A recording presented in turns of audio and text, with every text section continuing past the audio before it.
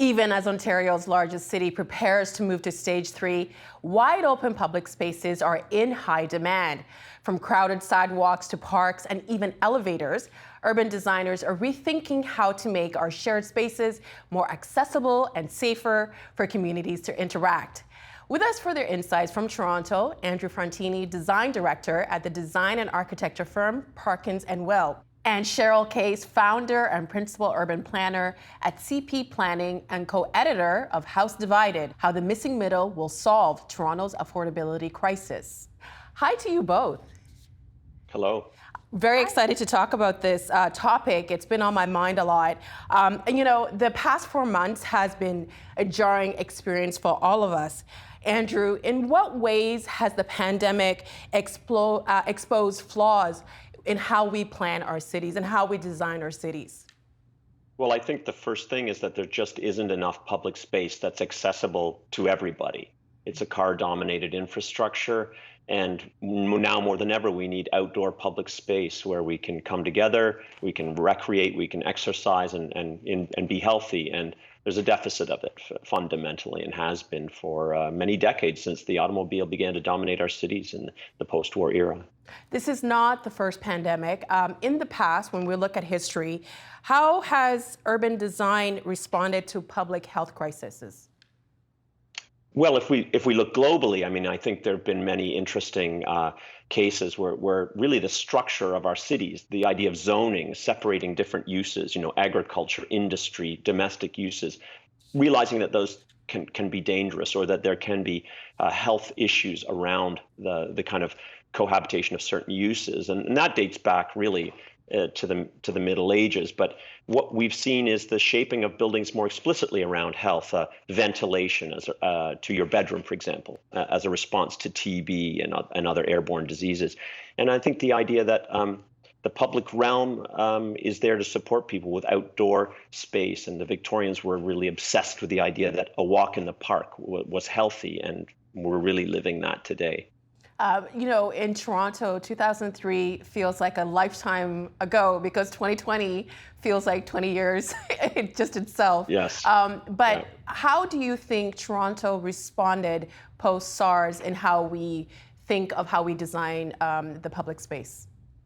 Well, it's interesting because the magnitude of SARS, the way it affected the population, it wasn't the same as COVID. And we really saw protocols which were really focused on the health providers and the health infrastructure. So ideas about contact tracing, quarantine, the provision of protective equipment, those things became protocols, they became established. The public spaces really weren't impacted in the same way. Coincidentally, though, there was a kind of renaissance of Toronto's public space system under the Miller administration from 2003 to 2007. And that's where we see projects like the revitalization of Nathan Phillips Square that I was fortunate enough to be involved in, the entire waterfront trail and all the spaces like the Wave Deck, HTO, Sugar Beach, beautiful public spaces that were well designed, but small. We tend to build we've started to look to the rest of the world to build public spaces that are rich in amenity and design, but we can't seem to dedicate enough resources and enough space to create them at the scale that our city needs them, and our city needs them more than ever now.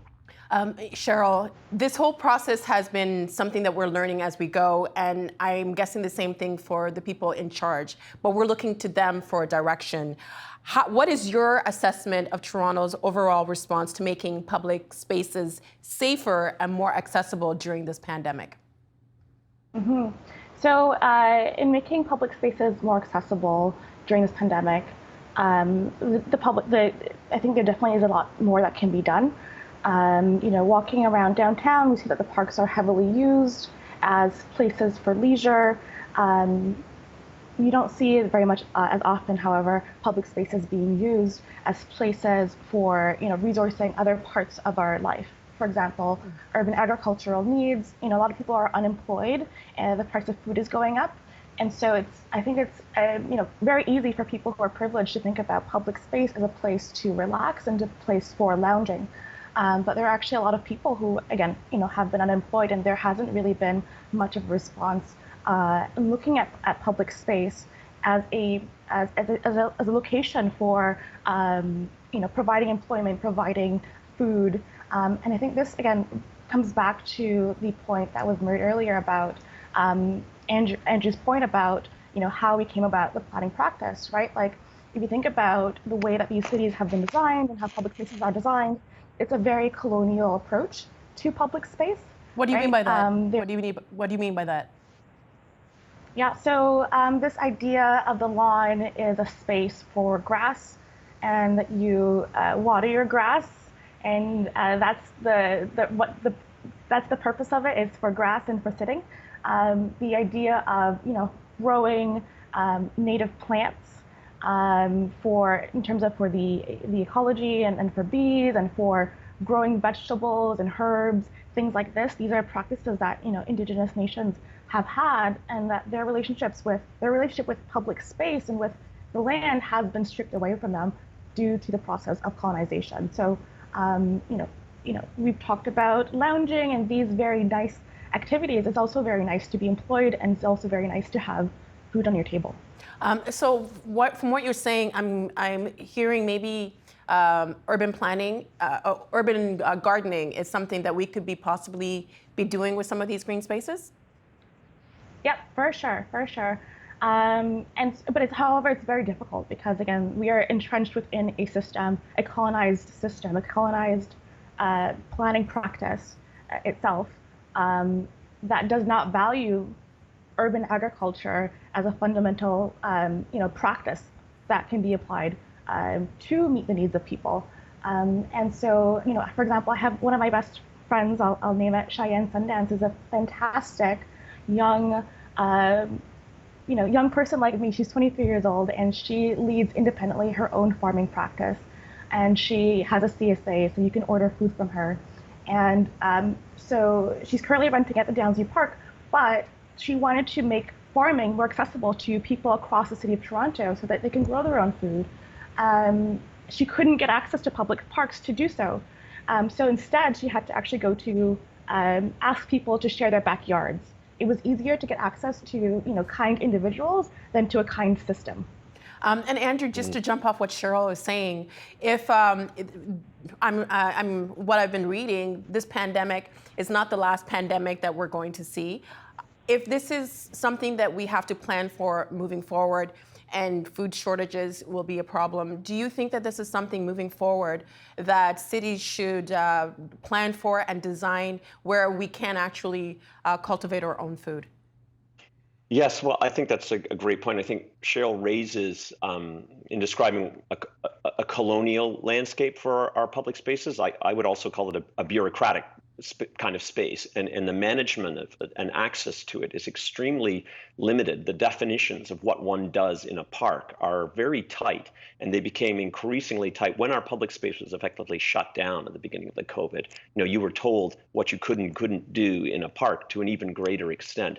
And now that we are opening society up and people are coming out of isolation, and many people have lost their homes, they've been compromised economically by the pandemic, and you find people using parks out of necessity as a place to live because it is a relatively safe space that might have water and other infrastructure. So now we're seeing the need to create public spaces that are much more diverse in the programming that they can provide, the infrastructure that supports them, and the kinds of people and the kinds of uses in those parks. So obviously, we're not advocating for people to live permanently in a park, but we need to be able to kind of potentially gain livelihood and sustenance from a park. And I think the idea of urban agriculture, which has been very popular kind of in design dialogue over the past decade, but tends to confine itself to discussions about how developments or architectural compositions can integrate farming into them, almost as part of a development pro forma. But the idea that the public space can begin to accommodate productive use, not just agriculture, but culture, art, other ways, pop-ups, a bicycle repair shop that is in the park by day. Public space in classical times was an agora. It was a meeting place. And the idea that you zone a green space to run around and jog and walk your dog, and then you go to do business in another building, is a kind of bureaucratic overlay that we can perhaps, with the sort of opening of our attitudes that the perception has brought about, look to public space that in fact is much more multivalent, and that it becomes more of a place of exchange intellectually, commercially, culturally. And agriculture ties into that beautifully. I'm going to push back just a little bit, because when I think of a city like Toronto, if you think of downtown Toronto, you have a lot of high-rise buildings, a lot of apartment buildings, condos, and very little green space. So if you're, after spending so many months inside a small apartment, the need to go outside and to run and exercise, we've been hearing that it's very good for your mental health. So assuming, the cities are going to become more dense, how do we then balance what you were proposing and also having space for people to just be able to just sit on the grass and just get some fresh air? Well, I don't think they have to be mutually exclusive. I mean, if you are seeking contact with nature, growing something is going to be, more therapeutic than sitting in the grass. And why is it a kind of pesticide cured and manicured green? Why isn't it a much more diverse, biologically diverse ecosystem? And I thought what was fascinating about the pandemic, very quickly, the degree to which nature, or the presence of nature, became much more visible and more audible in the city. Birds, other kinds of animal life, plant life, because we retreated, nature moved in. And to me, when I first heard the Gardiner Expressway, it was one Monday, I heard the Gardiner Expressway for the first time outside my door for the first time in 2 months. I sort of felt, oh, it's over. But I think the mindset which thinks about the city as being more natural and our public space as being more productive, I think those two can go together into a new vision of what a park can be. And Cheryl? Yes, thank you. So I just wanted to pick up on Andrew's point about how green space is used as a marketing tool, oftentimes in development. It is, in its own way, a marketable asset to have green space, right? Like, people want to live next to green space, as you said. The issue is, again, we need to again realize that we are dealing in a system that is systemically classist, racist, etc. Right? That means that it will take whatever is good and they will suck it back into that perspective of how can we maintain the status quo. The status quo being, how can we ensure that we don't, actually provide massive amounts of affordable housing and employment, because that's not their priority. The priority of a classist, racist system is not to provide access to housing, etc. And so this is something that I've recently been invited to a number of firms in the city of Toronto to provide sessions and describing to them what a human rights approach to planning means. And COVID-19 is just one example of a type of shock that means a very pronounced, very specific, unignorable event or occurrence that results in us needing actually social supports and social systems to reduce the impact of that shock. And we've seen over these last couple of months, despite the shock of that, despite the shock of George Floyd's murder and this increasing police violence, there hasn't been much change. And there hasn't been much change because our system is, again, fundamentally classist and racist. And they're taking the smallest bits of the goodness that is coming out of these conversations, and acknowledging these issues, but they're not looking to fundamentally change the processes that prevent urban agriculture in parks and that lead to tent camps being pushed out. A system is made up of people, and I think this is the very hard truth that we need to deal with. It is that many of our colleagues, our managers, are either unequipped to deal with these issues, or they are actually not prioritizing these issues, meaning that they don't prioritize human health and human wealth. And that's why we're seeing, all these months, 4 months into COVID, there hasn't been these ideas, the ideas of Andrew and I, in terms of the outcome and the solutions that we're proposing, are not new. These are decades, even hundreds of years old. What has not changed is the system itself. The system has been very good at maintaining itself, and that's because so I'm very glad to be able to bring that up. I hope. No, from what I'm hearing from you, from what I'm hearing, and please correct me if I'm wrong, is that the importance of community and centering the needs of the community. So when we talk about public spaces, how can we ensure the public spaces are inspired and cultivated by the community that uses them rather than marginalizing them? Yeah, so that requires people like Andrew and I, people in these planning industries, people in other industries that deal with the use, design, and function of land to engage directly with people who have the trust of community. I'll say that. That's one thing, right? So oftentimes the cities or other consultants might engage with the public, but there is no trust in that consultant, and oftentimes for good reason. It's an unsafe environment to share your ideas. But there are many institutions that are out there who are actually quite skilled and really have their heart in it in regards to building relationships with community and getting their ideas on the table and then implemented. We have, for example, the UARR. I think it's I don't remember what they stand for, but they, in terms of the acronym, but they are the Alliance on Race Relations, for example, in Toronto. There are many others that we can think of. The Atkinson's Foundation is an amazing foundation. And support, and the Center for Connected Communities in Toronto is also amazing. Ajiv is, the managing director there. There are many great leaders in the space, and if you need to partner with them and allow them the agency to do what they do and do it safely. Andrew, and I wanted to pick up on something that Cheryl said earlier around development and developers. In Toronto, developers get certain incentives in exchange for creating and maintaining, I need to read this because I won't get it right, maintaining privately owned, publicly accessible spaces, or POPs, P-O-P-S, on their property. Do you think that this is the right approach? Well, that's an interesting question. I mean, the POPs are, they're fraught because they are essentially private space, and they are developed, in concert with the developer. And, there are examples in New York, especially, of very successful POPs, the Highline, Bryant Park. And it's interesting to look at those. They are maintained by private security. They are private space, yet the public uses them. And if they weren't there, there would be a deficit of public space. So it's a very delicate balance. And I think Cheryl's approach is the way that we have to look at the development of POPs.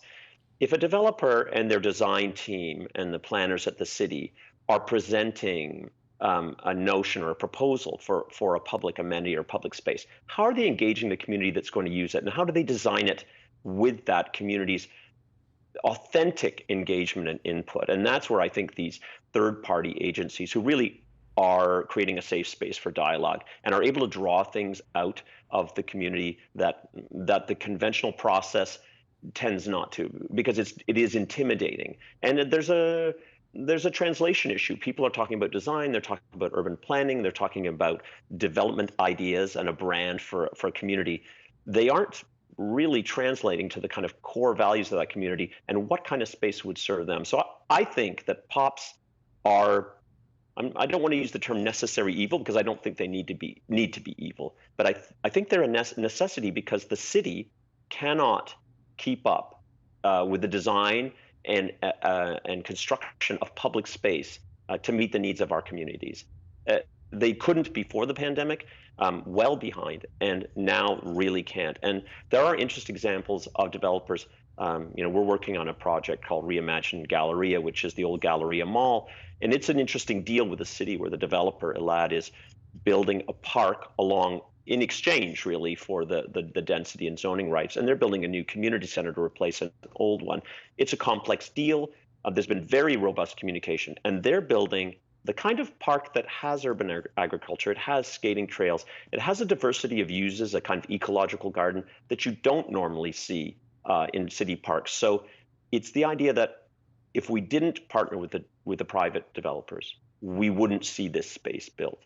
But I think the question of how authentic and rigorous the engagement can be and how it can really touch the community, that's the next step. How do we make POPs that, irrespective of being privately owned, are actually designed to meet community needs? And then the maintenance of them has to be, I mean, that's a very delicate subject, you know. Are you policing this like a private property? There was a recent story in Montreal where there was a group of young Black teens playing on a basketball court, and then they were fined by police. And later on that afternoon, a group of white teenagers were also on that court, but instead of getting fines, they received warnings. So how do you communicate with communities to I guess, the ownership of public spaces and letting people know that they belong in these public spaces? Yeah. So, thinking about this term social bias, I think this is oftentimes a more palatable way of describing racist tendencies. I was at a panel with some community members on Monday, and they noted about the experience of, entering a new neighborhood. This is, two Black people, two different cases. They moved into a neighborhood, they were homeowners, and then the neighbors thought they were the movers. Like, they thought they were the people just moving the furniture. And the reason why people are able to have this type of social bias is again because our system is fundamentally classist and racist. So if you are conditioned to see Black people as criminals, the reason why you're more likely to see Black people as criminals is because we are, racialized, we are put into poverty, and we are suppressed as people. Then you're more likely to think that these people who are Black might be criminals too. I think that our public spaces, particularly the sort of centralized public spaces, offer an incredible opportunity to kind of shift those perceptions and break down those structures of discrimination, because Toronto particularly has we have racialized communities, and you will find, in a Jane Finch corridor, the public realm is not provided for in anywhere near the degree that it is in downtown Toronto. And that in itself is a form of discrimination. But what is interesting, and increasingly so, with the recent events and the murder of George Floyd, and the occupation of public space for political purposes, which is really what it's for. I mean, people came out across the world into the public space, disregarding the dangers of a pandemic, thinking that their community voice was much more important than their individual safety. And people are using the sort of central public spaces. I live near Trinity Bellwoods Park, so that is a park that enjoys a lot of visitors from all around the GTA and beyond. And it's interesting to see the increased, I'm going to say it, racial presence is much more racially diverse now than it was this time last year. And so to me, this speaks to a kind of occupation of public space that is intentional and is leading to a much more diverse demographic in the downtown public spaces, and therefore a kind of statement that public space is for everybody.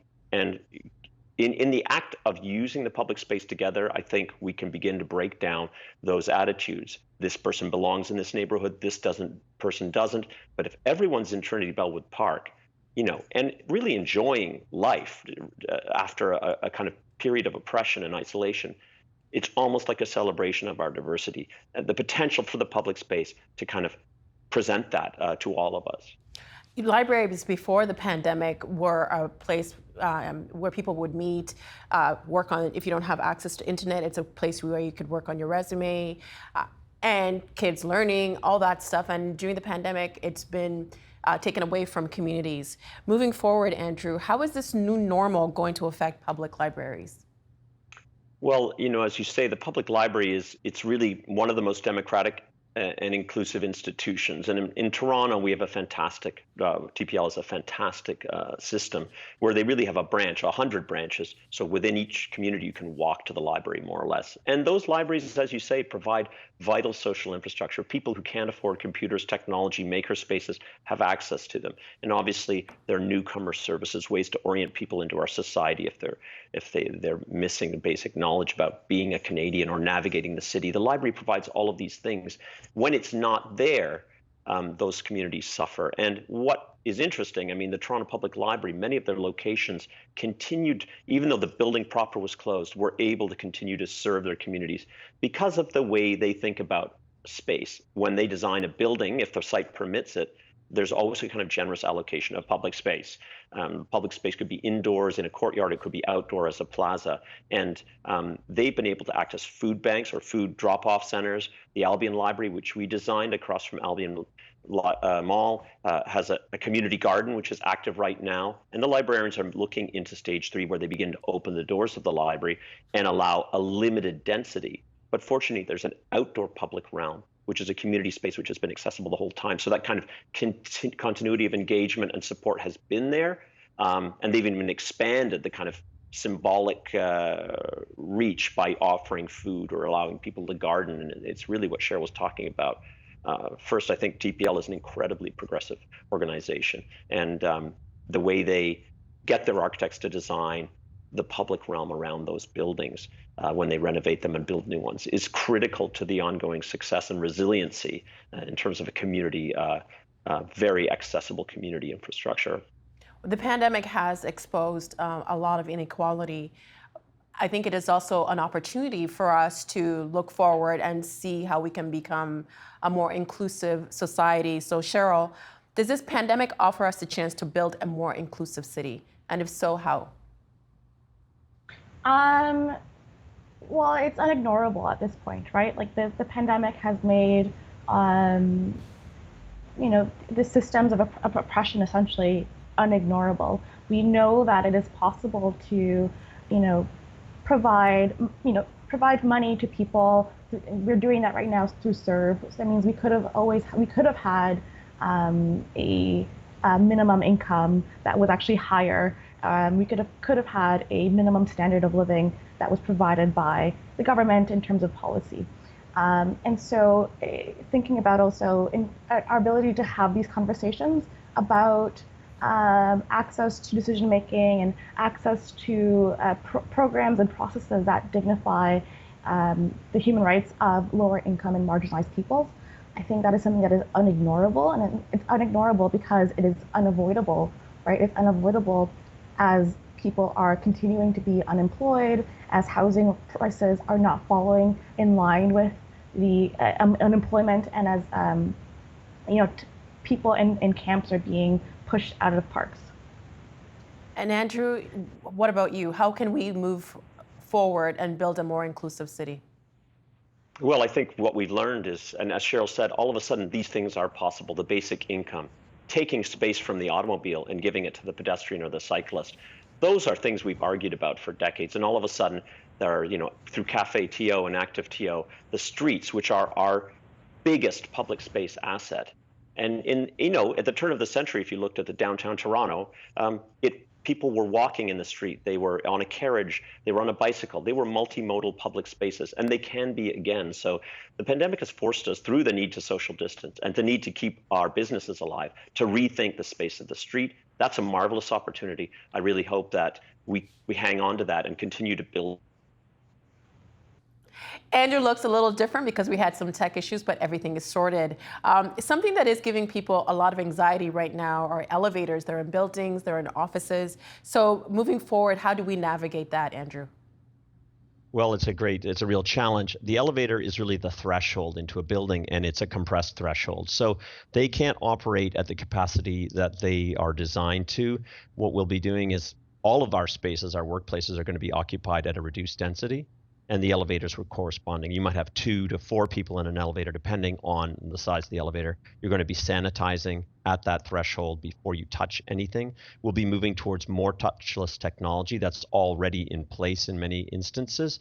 And we'll be relying more on technology that increases the efficiency of elevators, which is, again, in Class A buildings is there, where you're really doing a call demand so that the elevator is grouping people who are going to similar destinations or the same destination, and having less stops and more efficiency out of that elevator. So as we've seen in all aspects of our life, technology is going to fill some of these gaps. And we are going to be occupying all of our workplaces and the downtown core differently at a lower density for the foreseeable future. We have 1 minute left, and I want to get an answer from both of you, so 30 seconds each. Moving forward, how do we meet public demands for access to public spaces? And Cheryl, I'd like to start with you. Yeah. Sorry, I was looking at my screen and there was a little thing. Sorry. Okay, I'll start my question again. It's okay. We have 1 minute left, and moving forward, we have 1 minute. I want to get 30 seconds from each of you. Cheryl, moving forward, how do we meet public demands for access to public spaces? To meet public demand for access to public spaces, we need to really engage the public. Something that I often say is that everyone has a relationship with land, but not everyone has a relationship with planning. Typically, it is the people who are the wealthiest who have the greatest relationship with planning. That is oftentimes a sign of their privilege. People who are marginalized, people who are being evicted from core streets, and people who are even marching for our safety and for our dignity of people, they are often not involved in the planning process of public spaces. So it is time actually to address that issue and to start engaging those members of the public, and to support the members of our professional communities who are actually expertised in that engagement. And Andrew? Well, I think what we've seen is an ability to experiment in the public realm. It's out of necessity, but we've seen the speed and dexterity and adaptability with which our leaders can implement new urban space ideas, turn a street into a cafe, turn a street into a park. Let's keep doing that, because that community engagement that Cheryl's talking about, we need that in place, but then we also need the opportunity to test what works and what doesn't, because we actually don't know until we're there. So rather than making grand plans, getting bogged down in bureaucracy, treat the city as a much more nimble canvas where we can close roads, create public space with temporary furniture and infrastructure, and begin to try out what works and what supports our evolving society with its evolving needs, and try new programming, try new things and activities. Andrew and Cheryl, thank you so much for your insights. We've just started this conversation. We're actually going to be talking more on how cities move forward post-COVID-19, and we're going to be collaborating with AMO in August. So look forward to more conversations about that. We appreciate your time and your insights. Thank you very much. Thank you so much, Nam. The Agenda in the Summer with Nam Kiwanuka is brought to you by the Chartered Professional Accountants of Ontario. CPA Ontario is a regulator, an educator, a thought leader, and an advocate. We protect the public. We advance our profession. We guide our CPAs. We are CPA Ontario. And by viewers like you. Thank you.